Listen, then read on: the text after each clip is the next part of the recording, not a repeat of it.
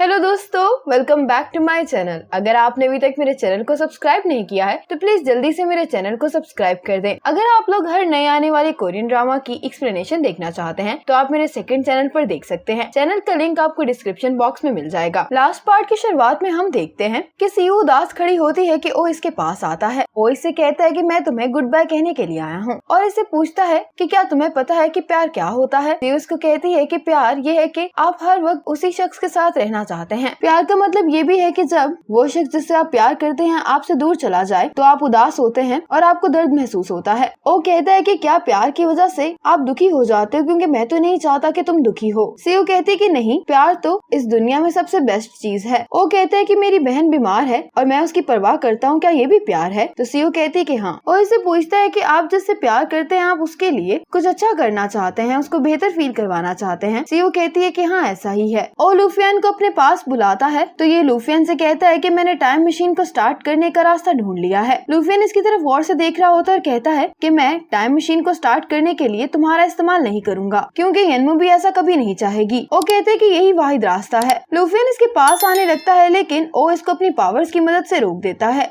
और कहता है कि आप यनमू का ख्याल रखना और मुझे यकीन है कि आप यनमू का इलाज ठीक से कर पाएंगे। लूफियन ओ को रोकने की बहुत कोशिश करता है लेकिन ओ इसकी कोई बात नहीं मानता। टाइम मशीन को स्टार्ट करने के लिए जो एनर्जी चाहिए होती है वो ओ अपनी पावर्स की मदद से यहाँ पर मौजूद सभी लाइट से ले लेता है और ये एनर्जी इसके अंदर जमा हो जाने की वजह से ओ का खुद का सिस्टम टूट जाता है और लूफियन के पास एनर्जी की शक्ल में सिर्फ एक चिप बच जाती है। सीयू रो रही होती है तो येंजी इसके पास आकर इसे पूछता है कि तुम्हें क्या हुआ है। सीयू कहती है कि मुझे खुद भी नहीं पता। येंजी कहता है कि आज बहुत कुछ हुआ है तो मैं तुम्हें घर तक छोड़ आता हूँ। इतने में लूफियन येंजी के घर पर आता है। लूफियन येंजी को बताता है कि ओ ने टाइम मशीन को स्टार्ट करने के लिए खुद की कुर्बानी दे दी है। ये बात सुनकर येंजी भी हैरान हुआ होता है लेकिन साथ में ये बात यनमू भी सुन लेती है। यनमू लूफियन से पूछने लगती है कि तुम्हारा इस बात से क्या मतलब है और ओ कहाँ है। ये दोनों कुछ भी नहीं बोल रहे होते तो यनमू कहती है कि मैं खुद ओ को ढूंढने जा रही हूँ। येंजी इसको जाने से रोकता है। यनमू उसको कहती है कि तुम मुझे जाने से रोक क्यों रहे हो, मुझे ये क्यों नहीं बताते कि ओ कहाँ पर है। येंजी यनमू को संभालने की कोशिश कर रहा होता है लेकिन यनमू रोए जा रही होती है। लूफियन कहता है कि जाने का कोई फायदा नहीं है और रोते हुए कह रही होती है कि ओ मेरा बेस्ट फ्रेंड था और वही मेरी फैमिली था, उसने हमेशा मेरा साथ दिया है जब मुझे उसकी जरूरत थी और अब मैं उसके बगैर क्या करूंगी। येंजी उसको संभालने की कोशिश कर रहा होता है लेकिन यनमू रोए जा रही होती है। लूफियन यनमू को वो चिप दे देता है। यनमू इस चिप को देख रही होती है और ओ के साथ इस दुनिया में गुजारा हुआ सारा टाइम याद आ रहा होता है, लेकिन यनमू अब कुछ भी नहीं कर पा रही होती और बस इस चिप को देखकर रो रही होती है। सुबह होते ही यनमू सीयू से मिलने के लिए आती है और सीयू को कहती है कि ओ ने तुम्हारे लिए ये चिप छोड़ी है। इस चिप के अंदर वो सारे शब्द हैं जो उसने तुमसे कहे थे। सीयू ये चिप लेने के बाद आसमान की तरफ देख रही होती है और इसकी आंखों से आंसू आ रहे होते हैं और रोते हुए कहती है कि आज कितना सुंदर दिन है।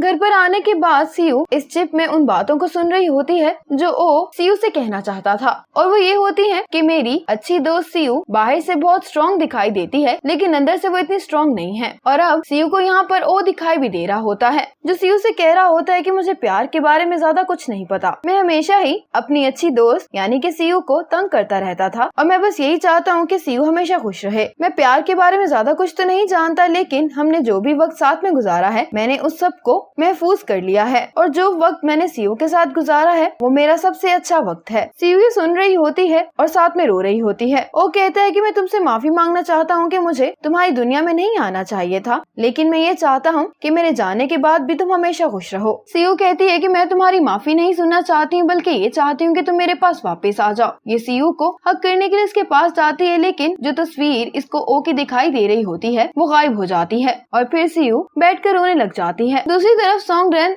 और लूफियन इन्होंने जो भी पल एक दूसरे के साथ गुजारे होते हैं उस सब की तस्वीरें सोंगरेन अपने घर की दीवार पर लगा लेती है और अब ये दोनों इन्हीं तस्वीरों को देख रहे होते हैं। सोंगरेन इन तस्वीरों को देखते हुए कहती है कि मुझे लगा था कि हमने बहुत सारी यादें इकट्ठी कर ली हैं लेकिन ये तो सिर्फ कुछ ही तस्वीरें हैं। और फिर कहती है कि मैं जो तुम्हारे लिए स्कार्फ बना रही थी वो मैंने बना लिया है, तो जब तुम जाने लगोगे तो वो अपने साथ लेकर जाना और वहाँ पर जाने के बाद तुम मुझे नहीं भूल जाना। ये दोनों भी बिछड़ने की वजह से दुखी होते हैं और आज ओ के कारण टाइम मशीन स्टार्ट हो जाती है और लूफियन और येनमू इस टाइम मशीन में बैठ जाते हैं। लूफियन के यहाँ से चले जाने की वजह से सोंगरेन भी उदास होती है और दूसरी तरफ सीयू और येनजी भी ओ और येनमू को बहुत याद कर रहे होते हैं। और आज आखिरकार येनजी जिस प्रोजेक्ट पर काम कर रहा होता है वो खत्म हो जाता है और इन्होंने उन सभी मरीजों के लिए ये दवाई बना ली होती है, जिस पर ये सभी बहुत खुश होते हैं। येनजी भी बहुत खुश होता है, लेकिन अचानक से ही येनजी यहाँ पर बेहोश हो जाता है। ये सीन यहीं पर कट हो जाता है और अब हमें येनमू को दिखाया जाता है जो कि फ्यूचर में आ चुकी है और येनमू अब बिल्कुल ठीक भी हो चुकी है और यांग एक दफा फिर गाओशन ग्रुप का प्रेसिडेंट बन गया है। आज सभी लोग एक जगह पर जमा हुए होते हैं क्योंकि सीयू की कंपनी ने बिल्कुल ओ के जैसा एक रोबोट तैयार कर लिया है और इसको देखने के लिए सभी लोग काफी एक्साइटेड होते हैं। सीयू अपनी इस कामयाबी पर खुश भी होती है और ओ के यहाँ पर ना होने की वजह से उदास भी। सोंगरेन लूफियन की जगह इस टी शॉप में काम करने लगती है। ये लोगों को अब टी भी बनाना सिखाती है और उनके मसले भी सॉल्व करती है, जैसा कि लूफियन इसके लिए किया करता था। एक लड़की सोंगरेन के पास आई होती है जो उसे बता रही होती है कि मेरा बॉयफ्रेंड मुझसे कई दिनों से राब्ता नहीं कर रहा है, क्या उसने मुझे छोड़ दिया है। सोंगरेन इसको बताती है कि पहले मेरा भी एक रिलेशनशिप था, मुझे ऐसा लगता था कि वो हमेशा मेरे साथ रहेगा, लेकिन मैं उसे अपने साथ नहीं रख पाई। लेकिन मुझे कभी भी इस बात पर पछतावा नहीं हुआ कि आखिर मैंने उसके साथ अपना रिलेशनशिप ही क्यों शुरू किया, बल्कि मुझे तो खुशी होती है उस वक्त का सोचकर जो मैंने उसके साथ गुजारा है। इसलिए अगर तुम किसी से प्यार करती हो तो जो लम्हे तुम लोग एक दूसरे के साथ गुजारते हो और उसमें तुम लोग खुश हो तो ये बहुत बड़ी बात है। प्यार में हार जीत माने नहीं रखती है। ये लड़की सोंगरेन से पूछती है कि क्या